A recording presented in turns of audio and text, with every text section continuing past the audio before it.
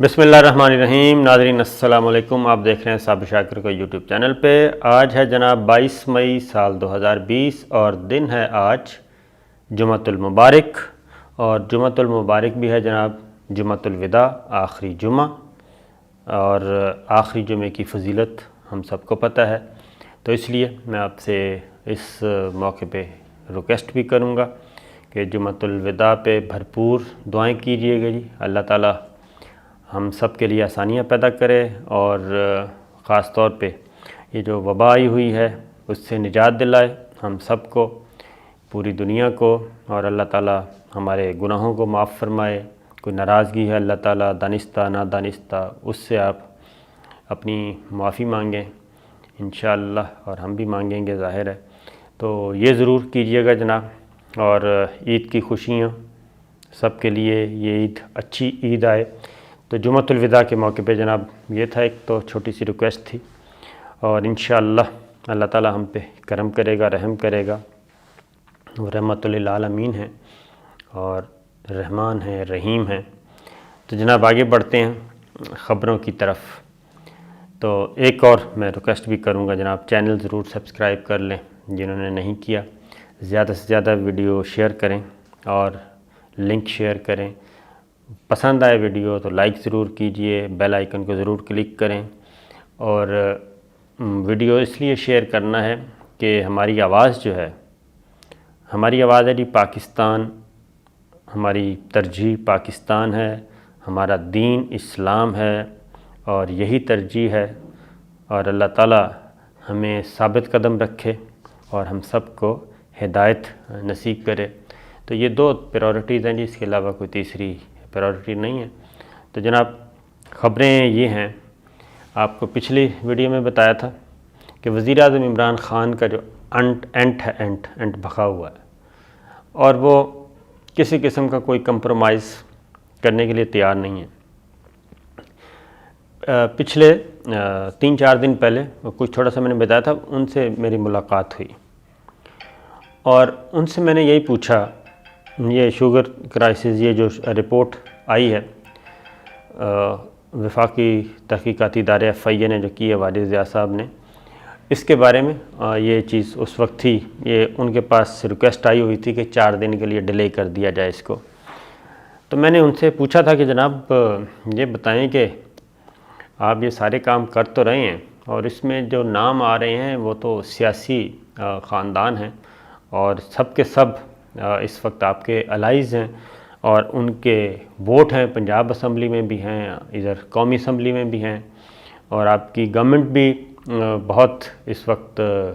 کیا کہنا چاہیے، میجورٹی بھی آپ کو حاصل نہیں ہے PTI کو، تو آپ ان کے مرہون منت ہیں۔ پھر بہت سارے آزاد لوگ جو تھے، MNAs اور MPAs، یہ آئے تھے منتخب ہو کے، ان کو بھی آپ PTI جب جوائن کی تھی، وہ بھی پنجاب میں بھی اور مرکز میں بھی موجود ہیں، اور ان کو جہانگیر ترین صاحب لے کے آئے تھے خاص طور پہ، اور یہ سارے لوگ ناراض ہیں، ناراض ہو گئے تو آپ کی حکومت چلی جائے گی۔ تو انہوں نے کہا کہ بات یہ ہے کہ صابر کے گورنمنٹ اگر تو یہ میں نے بیساکھیوں کے سہارے کرنی ہے، اور میں حکومت کے لیے تو آیا نہیں ہوں، میں اقتدار کے لیے تو آیا نہیں ہوں، میں تو آیا ہوں چینج لانے کے لیے، اور میں نے اس ملک کو کرپشن سے پاک کرنا ہے۔ اور یہ جو بڑے بڑے مافیاز بیٹھے ہیں جنہوں نے پورے ملک کے سسٹم کو اپنے چنگل میں لیا ہوا ہے، اپنے شکنجے میں لیا ہوا ہے، اس سے میں نے لڑنا ہے۔ میری 22 سال کی جو جد و جہد تھی پولیٹکس میں، وہ یہی تھی، اکاؤنٹیبلٹی کا نعرہ لگایا اور کرپشن کے خاتمے کا نعرہ لگایا، اور میں ان سب کو للکارتا رہا ہوں، اور اب جب مجھے اقتدار مل گیا ہے تو میں اس پہ کمپرومائز نہیں کر سکتا کہ اقتدار بچانے کے لیے یا حکومت بچانے کے لیے میں ان سب کے ساتھ، مافیاز کے ساتھ کمپرومائز کروں۔ یہ انہوں نے کہہ دیا تھا مجھے جناب 4 دن پہلے کہ میں اس پہ کوئی کمپرومائز نہیں کروں گا۔ میرا جو سروائیول ہے، میری جو سٹرگل ہے، پولیٹیکل سٹرگل، وہ ساری کی ساری شفافیت پہ ہے، اینٹی کرپشن ہے، اکاؤنٹیبلٹی پہ ہے، یہ بنیادی بات ہے، انہوں نے کہا کہ میں اس پہ کمپرومائز نہیں کروں گا، اور جو ایک نقصان ہمیں ہوا تھا نواز شریف کے باہر جانے سے، وہ جو ڈیمیج ہوا، تو ہم اب وہ غلطی دوبارہ میں نہیں کر سکتا کہ میں کمپرومائز کروں یا پریشر میں آؤں، پولیٹیکل پریشر اس طرح کا، تو میں یہ کام کروں۔ تو یہ چیز انہوں نے مجھے 4 دن پہلے بتا دی تھی، اور انہوں نے یہ بھی بتایا پرائم منسٹر نے کہ میں نے اب آگے بڑھنا ہے، اور اس کے لیے بڑی سے بڑی قربانی بھی دینی پڑی تو میں دے دوں گا۔ اور اس میں ظاہر ہے بڑی سے بڑی قربانی کون سی ہے، وہ اقتدار کی ہے، لیکن جو ان کی گفتگو سے مجھے پھر ایک اندازہ ہوا کہ وہ اس وقت کچھ بھی ہر چیز کو فیس کرنے کے لیے وہ تیار ہیں، اور اگر fresh election for example fresh election کی طرف جانا پڑتا ہے تو وہ میرا اپنا اندازہ ہے، یہ اسیسمنٹ ہے میری، کہ وہ اس کے لیے بھی ریڈی ہیں اور وہ جا کے لوگوں کو بتا دیں گے۔ تو یہ چیز ان کے اندر تھی جی، اور اس لیے انہوں نے یہ واضح کر دیا تھا کہ یہ میں کسی قسم کا کوئی کمپرومائز نہیں کروں گا، اور اس کے لیے جو آتا جائے گا وہ رگڑے میں 100 دفعہ۔ تو پھر میں نے کچھ وزراء کے بارے میں بھی پوچھا تھا، تو انہوں نے کہا کہ میرا یہ مسئلہ نہیں ہے۔ تو اس لیے آپ نے دیکھا کہ وفاقی وزیر اب جب سے آئے ہیں، وزیر اعظم عمران خان جب سے آئے ہیں، وہ ہر 3-4 مہینے بعد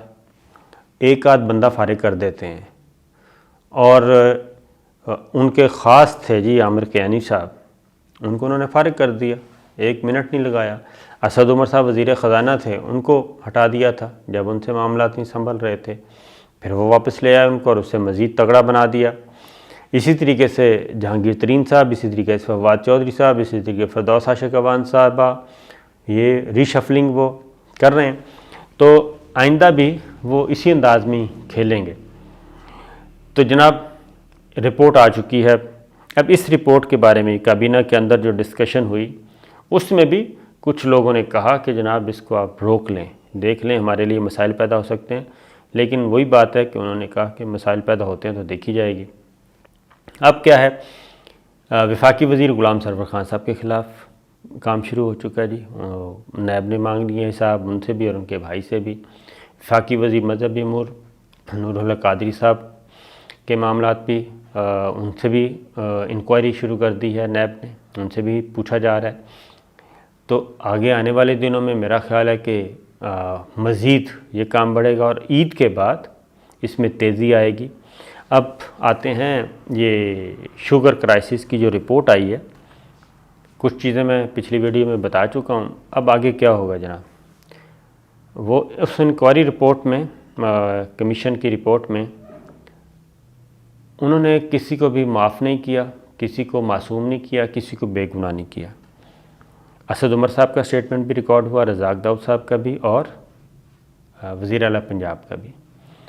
اس میں انہوں نے ایک بات لکھی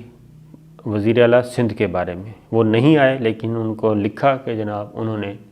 اومنی گروپ کو 4 ارب روپے یا اس سے زیادہ کے پیسے دیے۔ اب یہ ساری چیزیں آ گئیں، اور انہوں نے کہا ہے کہ یہ ایک تو لیجسلیشن کریں، دوسرا ان کے خلاف کارروائی کریں۔ اب جو اگلی عید کے بعد جو معاملہ ہونا ہے، اس میں جی مجھے لگ رہا ہے کہ اگر عثمان بزدار صاحب اس میں پھنسے اور ان کی طرف انگلیاں جانا شروع ہوئیں، تو وزیر اعظم عمران خان ان کو بچانے کے لیے نہیں آئیں گے، اور وہ اس بارے میں بڑے کلیئر ہیں۔ اور اگر ایسا ہو جاتا ہے تو پھر آپ ذرا سچویشن دیکھ لیں کہ کیا ہوگی۔ دوسری بات یہ ہے کہ پنجاب میں بھی عید کے بعد ری شفلنگ ہونی ہے کابینہ میں۔ جو لوگ ان کو کر رہے ہیں نا، بلیک میل کر رہے ہیں، اور شفاف بھی ان کی گورننس بھی صحیح نہیں ہے،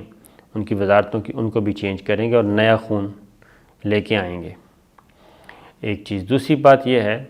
کہ عید کے بعد ایک اور کام ہونے والا ہے، وہ میں بتا دوں کہ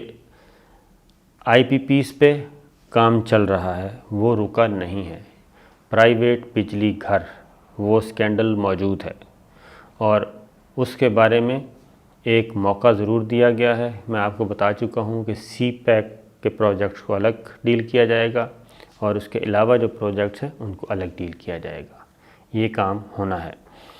لیکن جو فوری طور پہ عید کے بعد چیز آنے والی ہے وہ ہے قرضہ کمیشن کی رپورٹ، اور 30,000 ارب روپے قرضہ کیسے بڑھا اس پہ کام ہو رہا ہے،